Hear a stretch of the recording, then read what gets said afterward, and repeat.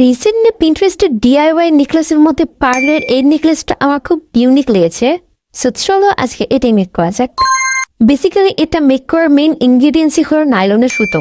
নাইলনের সুতো খুব বেশি স্ট্রং হওয়ার কারণে যে কোনো জুয়েলারি মেক করার সময় এই সুতোটাই ব্যবহার করা হয় যেন এটা সহজে না ছেড়ে। আর এখন যে জিনিসটা দেখছি সেটা হচ্ছে স্ক্রু। স্ক্রুটা মূলত নেকলেসটা অ্যাডজাস্টমেন্টের জন্য ব্যবহার করা হয়। আর এখন স্ক্রুটা খুলে লাইলনের সুতোর এক সাইডে আমি গিট দিয়ে সেই স্ক্রুটা খুব ভালোভাবে অ্যাডজাস্ট করে নিচ্ছি। অ্যাডজাস্ট করার পর আমি লাইনারের সুতোর অপোজিট সাইডে একটা একটা করে পার্লগুলো অ্যাড করে নিয়েছি। আশা করি এই অ্যাড করাটা অবশ্যই তোমরা জানো যে কিভাবে এটা অ্যাড করতে হয়। আর একটা একটা করে পার্ল বুনতে বুনতে আমার নেকলেসটা প্রায় হয়ে এসছে।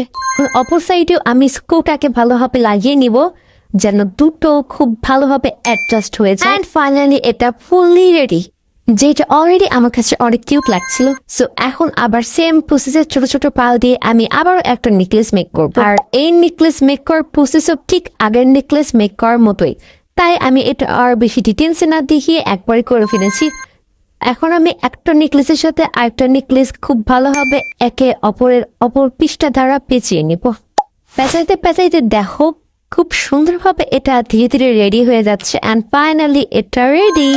আর এটা কিন্তু 3 ভাবে পড়া যাবে, as a single, double and rolling করে। ভিডিওটা যদি ভালো লেগে থাকে তবে লাইক, কমেন্ট অ্যান্ড শেয়ার করে ফেলো। আর যদি এমন টিউটোরিয়াল ভিডিও আরো পেতে চাও তবে কমেন্ট বক্সে জানিয়ে দাও, যেন নতুন নতুন আমি অনেক কিছু তোমাদের মাঝে করে দেখাতে পারি।